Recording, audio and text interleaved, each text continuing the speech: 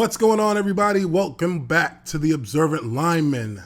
Stefon Diggs, the latest player who has taken to showing their frustration with the franchise with seemingly seeking to be traded. Now, he didn't come out and say outright that that is what he wants, but Stefon has definitely voiced his displeasure with the situation in Minnesota. Obviously, with Kirk Cousins getting mollywopped every time he drops back to make a pass, that has created a bit of a situation. A quarterback with happy feet and nervous arms is not going to get you the ball in the correct spots. He's not going to be on with his timing.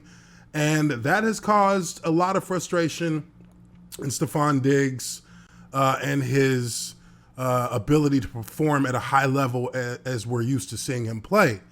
But taking a look here, it says here on Twitter, Bleacher Report Gridiron is reporting Stefon Diggs on reports that he wants to be traded. There's truth to all rumors. I won't be speaking on that. So a little bit of vagueness there from him. I'm sure he is probably a bit more, conflicted in what he wants to do and how he wants to proceed forward in this situation. But they're also reporting that the Vikings are trying to get a grapple on this thing ASAP. This is their star player right now, probably the best player in the franchise. And they want to keep him in the fold or in the thick of things with the team. They don't want it to become a situation that becomes a little bit blown up, as you've seen with Jalen Ramsey and my Jaguars. Not something that he wants, that they want to play out in the public eye, but it's already beginning to leak. And if we look at this article here, reports Stefon Diggs' frustration with Vikings palpable amid trade rumors. It says wide receiver Stefon Diggs is reportedly not happy with the Minnesota Vikings amid rumors that he wants to be traded.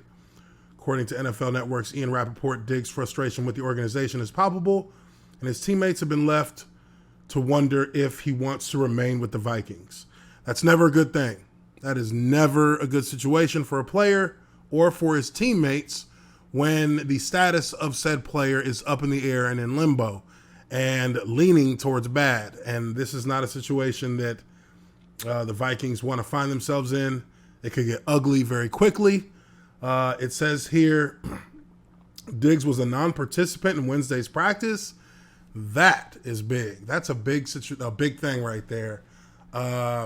Wednesday practice is the meat. That's where all the meat of the week is going to be. That's where all of the initial game planning. That is where a lot of the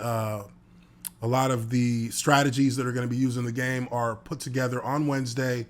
Wednesday practice is usually the longest practice because of install, and for him to not be a part of that is pointing to the probability that he may not even play this week. So if you're a Viking fan, that can be a bad sign, and you should definitely be keeping an eye on this story. The Vikings listed the reason as not injury related, which led to speculation that the star wideout wants a change of scenery. On Thursday, Diggs took part in practice and did not deny wanting an exit. Again, telling reporters that there's truth to all rumors. Now, it's going to be pretty hard for him to, force his way out of Minnesota. He just signed a 5-year deal worth $72 million. That was last year. And, there's no doubt about the kind of skill this guy has. I mean, we all remember the catch that he had against the Saints at the end of that playoff game that led to them advancing in the playoff tournament. But this guy is definitely not someone you want to lose. It says here, prior to his 7-catch, 180-yard performance against the Chicago Bears on Sunday, Diggs didn't have more than 3 receptions or 49 yards in any of the first 3 games. For your star wide receiver to not have more than 3 receptions or 49 yards in any of his first 3 games is not a good look. Not a good look at all for the Minnesota Vikings. I think that has more to do with Kirk Cousins and that offensive line than it has to do with Stefon Diggs being able to get open. We all know that the guy has top-tier talent, top-tier abilities, and this is not something that you would put squarely on him. It says Minnesota has committed heavily to the run so far this season, and it is third in the NFL in rushing with 155.2 yards a game on the strength of star running back Dalvin Cook. As a result, the Vikings are last in the NFL in passing attempts per game at 24.8.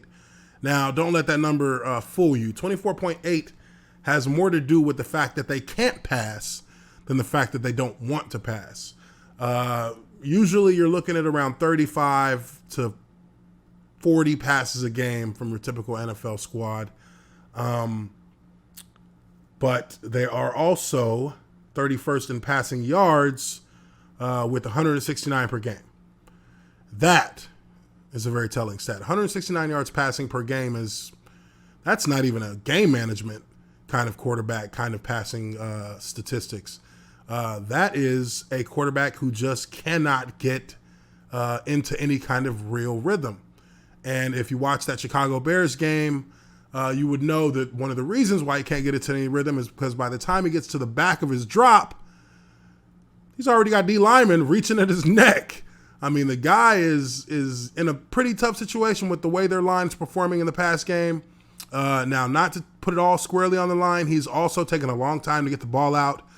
He's holding the ball. He's got happy feet in the pocket, and he doesn't have great pocket awareness. He's not stepping up. He's not moving to the side. He's not keeping his guys on blocks by, changing the target for the defensive lineman. And that is a big part of being able to protect your quarterback is sometimes you're going to have to push an edge rusher deep. So the quarterback has to step up. Sometimes the middle of the offensive line is going to give a little push. So quarterback has to move to the side. He has to get outside of that initial push so that his lineman can adjust and counter to try and give him a little bit more time in the pocket. But when you're holding on the ball, when you're tapping the ball, when you're looking at the lineman instead of keeping your eyes down the field, those all can affect the quarterback's ability to have good timing and to get good rhythm on his throws. So there's a lot to digest here in terms of what's causing the problems for the Vikings. But for sure, you don't want a situation where your star receiver is looking for an exit. So we'll keep an eye on this, and we'll see what goes on in the future, how it transpires moving forward. Hit the like button if you like this video. Subscribe to The Observant Lineman. Check out my Patreon as well at patreon.com/TheObservantLineman. I am your Observant Lineman, Uche Waneri, and I will catch you guys on the next video. Peace.